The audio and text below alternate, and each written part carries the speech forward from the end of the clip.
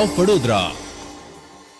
વડોદરાના કારેલીબાગ વિસ્તારમાં વડોદરા લોકસભાના મધ્યસ્થ કાર્યાલયનું લોકાર્પણ કરવામાં આવ્યું હતું. લોકસભાની ચૂંટણીની તૈયારીઓ શરૂ થઈ ગઈ છે.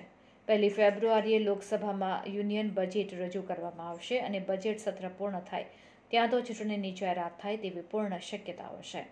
ફેબ્રુઆરીની મધ્યમાં તબક્કાવાર લોકસભા ચૂંટણીની જાહેરાતની શક્યતાઓ વચ્ચે ભાજપે ચૂંટણીની તૈયારીઓ શરૂ કરી દીધી છે.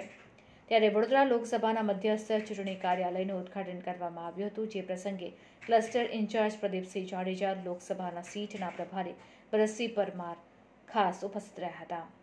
કારેલીબાગ જલારામ મંદિર રોડ પર જૂના ગુજરાત સમાચાર પ્રેસની સામે ચૂંટણી કાર્યાલયનું ઉદ્ઘાટન કરવામાં આવ્યું હતું. આ પ્રસંગે ધારાસભ્યો, વર્તમાન સાંસદ રંજનબેન ભટ્ટ, નગરસેવકો, જિલ્લા સંગઠન સહિત શક્તિ કેન્દ્રના હોદ્દેદારો, જિલ્લા પંચાયત, તાલુકા પંચાયતના સભ્યો ખાસ હાજર રહ્યા હતા. જ્યાં ક્લસ્ટર ઇન્ચાર્જ પ્રદીપસિંહ જાડેજાએ તમામ કાર્યકરોને ચૂંટણી માટે કમર કસી લેવા માટે આહવાન કર્યું હતું.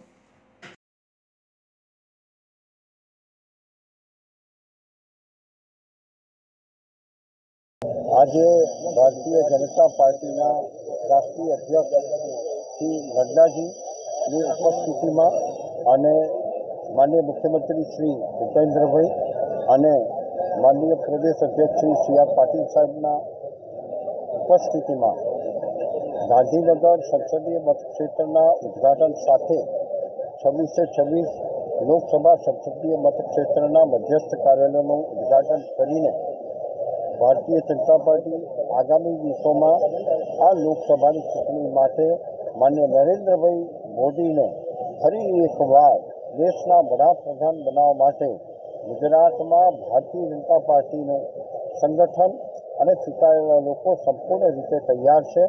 એના આયોજનના સ્વરૂપે આજે વડોદરા સંસદીય મતક્ષેત્રમાં આજે કાર્યાલયના ઉદ્ઘાટન કરવામાં આવ્યું.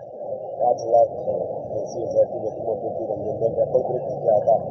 આ વખતે શું રાજ્ય ભારતીય જનતા પાર્ટીએ 2014-2019 નરેન્દ્રભાઈ મોદીએ જે રીતે રાજ્યમાં અને રાષ્ટ્રમાં ભારતને વિશ્વની મહાસત્તા બનાવી છે અને મોદી સાહેબના નેતૃત્વ હેઠળ આ 125 કરોડ ભારતીયો એ ફરી એકવાર મોદી સરકાર ભારતની અંદર બને એના માટે વડોદરા પણ મહત્તમ યોગદાન આપશે.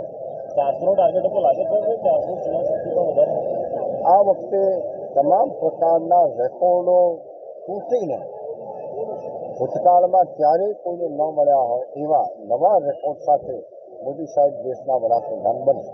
જેમ તમે કહ્યું કે રામલલ્લાના ચરણોમાં કમળ સમર્પિત કર્યું. ગઈકાલે જ અયોધ્યામાં રામલલ્લા નિજ મંદિરમાં પ્રધાનમંત્રી શ્રી આદરણીય નરેન્દ્રભાઈ મોદીજીના હસ્તે બિરાજમાન થયા છે અને આજના દિવસે પ્રદેશના અધ્યક્ષ આદરણીય સી.આર. પાટીલ સાહેબે ગુજરાતની 26 લોકસભાનું કાર્યાલયનું એક સાથે ઉદ્ઘાટન થાય અને લોકસભાનું ચૂંટણી કાર્યાલય એ પોતાની લોકસભામાં કામ કરતા થઈ જાય એના માટેનું આજનું આ ઉદ્ઘાટનનો કાર્યક્રમ રાષ્ટ્રીય અધ્યક્ષ આદરણીય જે.પી. નડ્ડાજી આજે ગાંધીનગર ખાતે કાર્યાલયનું ઉદ્ઘાટન કરવાના છે અને અહીંયા આદરણીય પ્રદીપસિંહ જાડેજાજી તો સાથે ભરતસિંહજી પરમાર અને કૌશલ્યા કુંવરબા આજનું વડોદરા લોકસભાના કાર્યાલયના ઉદ્ઘાટન માટે ઉપસ્થિત થયા છે. સૌ કાર્યકર્તા વડોદરા શહેર જિલ્લા એટલે કે લોકસભાના કાર્યકર્તાઓ સૌ આ કાર્યાલયના ઉદ્ઘાટનમાં ઉપસ્થિત રહ્યા છે. તમામ કાર્યકર્તાઓને ખૂબ ખૂબ અભિનંદન, ખૂબ ખૂબ શુભેચ્છા પાઠવું છું.